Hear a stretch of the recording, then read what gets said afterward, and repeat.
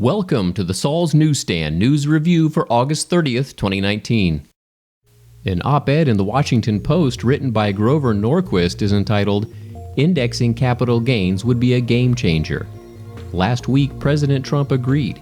He endorsed the idea of indexing capital gains so that no American would be taxed on the inflation gain on the sale of a house, land, a small business, stocks, or assets of any kind. Trump said, "Many people like indexing, and it can be done very simply. It can be done directly by me." One day later, Trump told a press gaggle that he's not looking to do indexing, but if I wanted to do it, I believe I could. That is a game changer.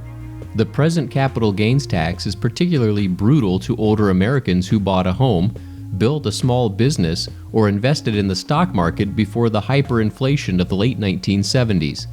Older Americans who have lived through many years of even modest inflation are increasingly paying taxes on mostly imaginary gains. Those damaged the most? Older voters, rural voters, Midwest voters, homeowners, self-employed small business men and women, aka Trump voters in swing states. Inflation is a larger part of the capital gains taxes they pay. How important would this change be for Americans? If you bought a share of IBM stock in 1970 for $14.81 and sold it today for $134.42, you would pay $28.47 in capital gains taxes. Eliminating the inflation over that period reduces your tax bill by 70%.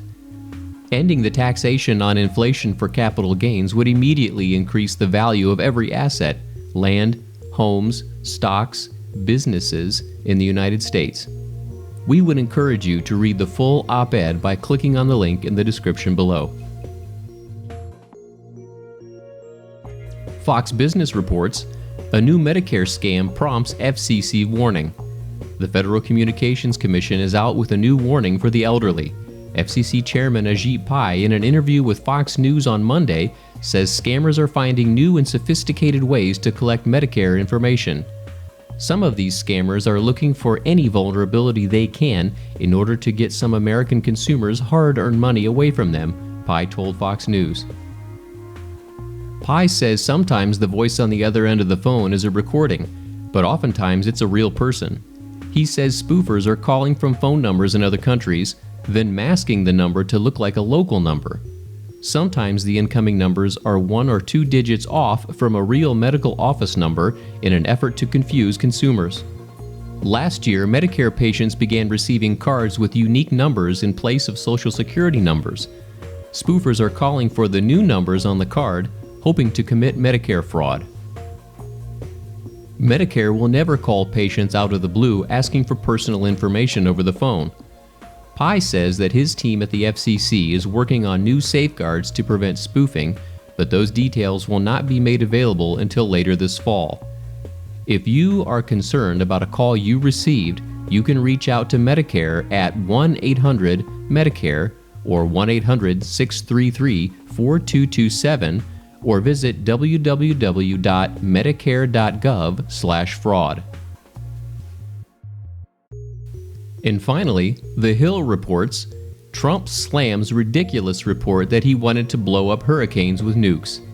President Trump on Monday denied a report that he said he suggested dropping nuclear bombs into hurricanes to stop them from hitting the U.S., calling it ridiculous and fake news. He tweeted out, "The story by Axios that President Trump wanted to blow up large hurricanes with nuclear weapons prior to reaching the shore is ridiculous. I never said this. Just more fake news." Axios reported on Sunday that Trump floated the idea in meetings with Homeland Security and national security officials.